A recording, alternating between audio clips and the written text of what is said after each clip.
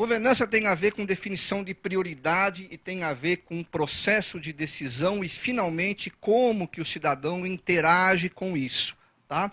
Isso começou, ou foi uma das derivadas da revolução que a ex-primeira-ministra Margaret Thatcher fez na Inglaterra com as privatizações, quebra do Muro de Berlim, e um movimento de você repensar a gestão e administração pública, que a Austrália e a Nova Zelândia foram grandes países, junto com o Canadá, há mais ou menos 20 anos atrás. Isso chegou no Brasil, tá? Na época, o ministro Bresser Pereira, no início do governo Fernando Henrique, iniciou um momento de você repensar gestão pública e o que ficou chamado de nova administração pública. Hoje em dia, o termo mais moderno, digamos assim, é governança. Tá?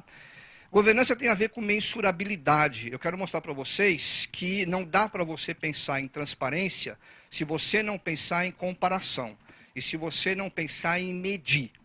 Tá? Quer dizer, o conceito de transparência que eu quero discutir com você tem a ver com o receptor da informação poder alterar o seu comportamento ou poder tomar uma decisão nova em função da informação que ele recebe. Porque senão, o que eu só tenho é informação.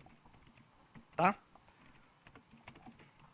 Quando você pensa em governança pública, você também pensa no resultado da governança. O que é que o gestor faz que beneficia o cidadão?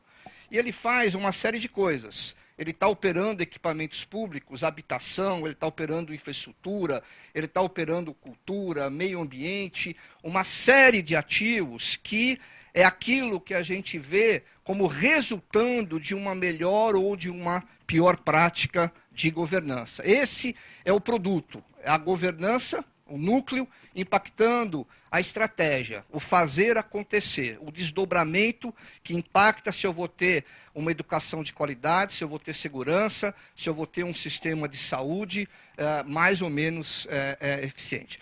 A governança pública ela começou e hoje ela é referenciada, ela é sobejamente conhecida, não dá mais para você publicamente se apresentar como um desconhecido perante a melhores práticas. Você tem melhores práticas, o Brasil ainda tem um gap, um gargalo muito grande em superar, em alcançar essas melhores práticas, mas elas são conhecidas, elas são aplicadas, e você tem aí uma série de instituições multilaterais que têm trabalhado no sentido de fomentar e de divulgar e de, entre aspas, monitorar no bom sentido, não no sentido punitivo, o cumprimento e a observância dessas práticas. Tá?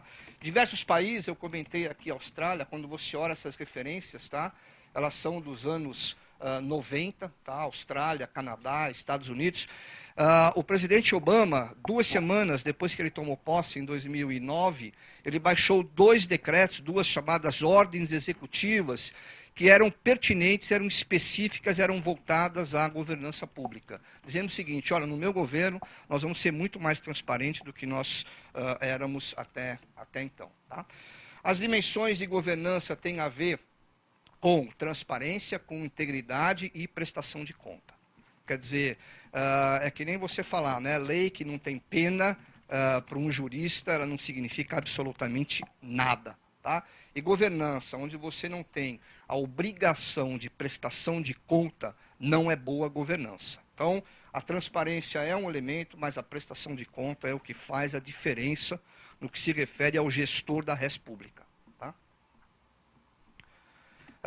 Você tem o IFAC, ele definiu, tá, um conjunto, né, de estruturas e processos de controle de relatórios que vão ao encontro de melhor prática de governança. No Brasil, as 3 instâncias de governo têm trabalhado nesse sentido, com grandes diferenças, grandes disparidades, como medido aí por uma série de indicadores de transparência, de gestão, de melhor prática, mas o Brasil, se a gente for pensar aí na linha que o professor acabou de apresentar, com avanços importantes. Tá? Na estrutura de governança, quer dizer, a questão do accountability, da prestação de conta, é onde você vê a externalidade, né? Onde você vê a apresentação da governança, da transparência. Tá? E é um dos elementos fundamentais. A questão da gestão pública, o ordenamento jurídico é extremamente complicado, né? Às vezes você precisa de traduzir normas brasileiras, e código de ética, que você já tem no âmbito federal, um grande avanço na administração do presidente Fernando Henrique, do presidente Lula, que se espera que isso daí seja disseminado nos municípios e estados. Tá? Conceito de transparência, duas dimensões que eu queria ressaltar. Primeiro, é muito mais do que acesso à informação. Quer dizer, você só acessar e conhecer a informação é muito pouco se você não consegue, a partir dela, mudar o seu comportamento e tomar melhores decisões. Se você não fica mais opinativo, se você não fica mais questionador. Tá? Quais são as razões para você ter o que deveriam nortear ou direcionar uma boa prática de transparência? Né? Primeiro, é a base para a prestação de conta. Como dizia aquele jurista americano, você tem que iluminar, você tem que trazer à luz aquilo que você está fazendo como gestor da coisa pública. Segundo, verificar má gestão e corrupção. Quer dizer, a incompetência, a ineficiência, a baixa efetividade, a baixa eficácia são variáveis muito importantes na gestão da coisa pública. A confiança do cidadão no gestor, tá? E uma participação informada, e não aquela participação de você simplesmente ir lá e sancionar e validar uma decisão que foi tomada por você. Você tem aqui uma série de impedimentos, tá? Excesso de normas, a descrição sem accountability do gestora, informação que não é tempestiva e com baixa publicidade, não tem recurso para divulgar a informação. Quantas prefeituras no Brasil, quantos municípios não têm recursos físicos, materiais, humanos para divulgar a informação? A informação não está disponível para pessoas com deficiência, tá? Ou qualquer que seja.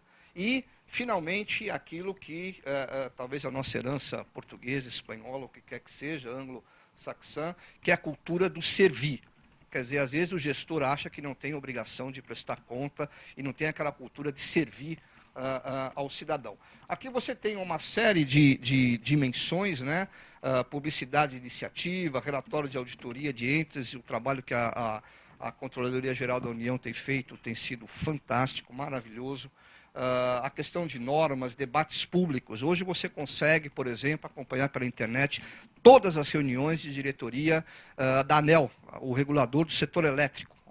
Olhando outros reguladores, eu lembro, há uns tempos atrás, eu estava entusiasmado com isso, eu mandei uma comunicação para a ouvidoria da Comissão de Valores Imobiliários, sugerindo que eles tomassem conhecimento de iniciativa de outros entes reguladores e que dão uma transparência absurda aos seus processos e às suas práticas decisórias.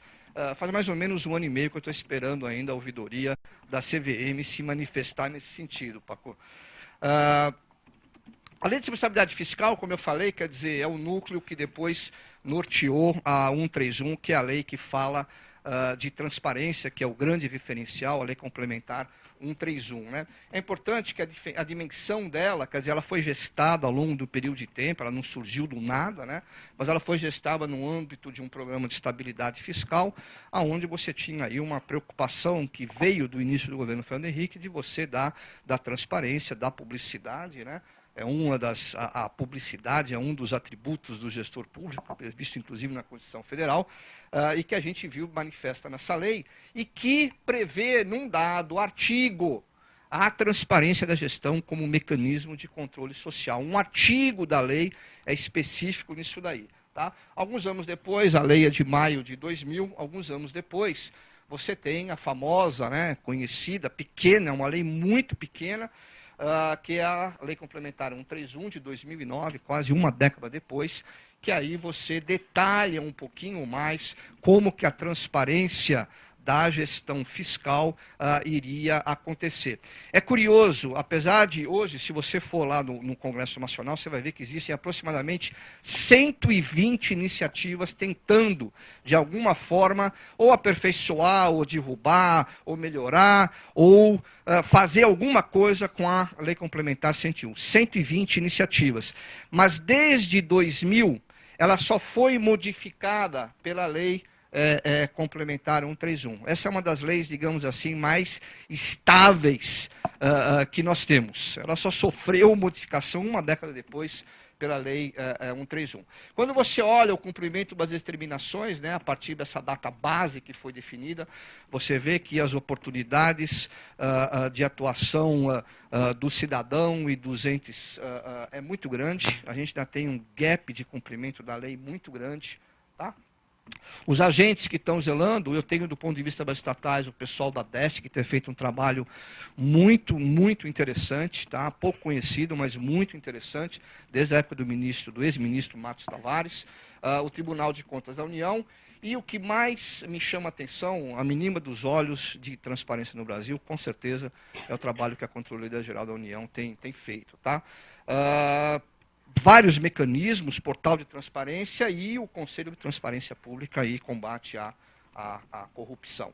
A CGU, para quem não sabe ainda, está em processo de consulta, foi iniciado em 2009, depois em dezembro de 10, um dos últimos atos do ex-presidente Lula. A convocação desse primeiro consocial, que vai acontecer em maio de 12, tá?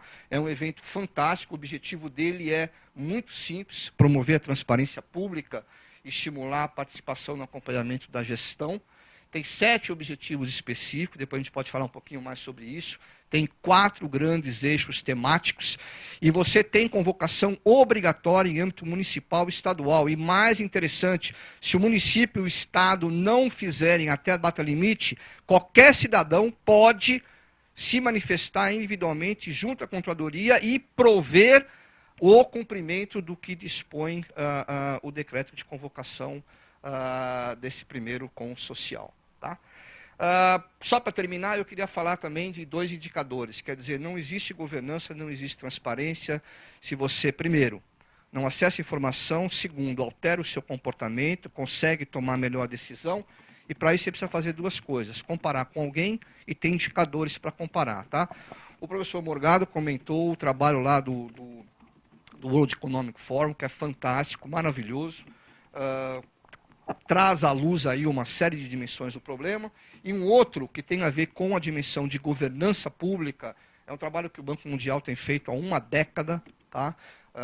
São aí quase 200 países, é uma amostra de países maior ainda do que o do Fórum. Você olha 6 dimensões de governança, uma delas tem a ver com participação e accountability, e vale a pena você acompanhar e monitorar esses indicadores. O Brasil está numa posição muito menos satisfatória em todos eles do que aquele que a gente tem na dimensão de competitividade. Tá? O segundo indicador e último que eu queria concluir é um prêmio, a Fundação Bertelsmann alemã, que tem trabalhado muito com o Banco Mundial. Ela tem 2 prêmios que são globais, são prêmios, são referências. Tá? O primeiro é o chamado The Best Run City. No ano passado, né, que o prêmio foi concedido esse ano, menos de um mês atrás, a cidade de Christchurch, na Austrália, que por sinal sofreu aí um terrível terremoto há 2 meses atrás, tá? E o segundo, a cidade de Phoenix, no Arizona. Pessoal, se vocês querem ter uma referência, um benchmark de transparência, de governança pública, de monitoramento, de participação, de envolvimento da comunidade, visitem esses 2 sites dessas 2 cidades, porque é melhor prática. E não sou eu que estou dizendo, é o prêmio que a Fundação Bertelsmann acabou de dar. E detalhe, a cidade do Recife, há 10 dias atrás, foi premiada pela primeira vez com um prêmio que pela primeira vez foi concedido esse ano pela Fundação Bertelsmann, que tem a ver com orçamento participativo. A cidade do Recife, aqui no Brasil, concorreu com mais de 1.000 cidades no mundo inteiro, ganhou um prêmio aí de 200 mil euros, o prêmio, o valor é simbólico, tá?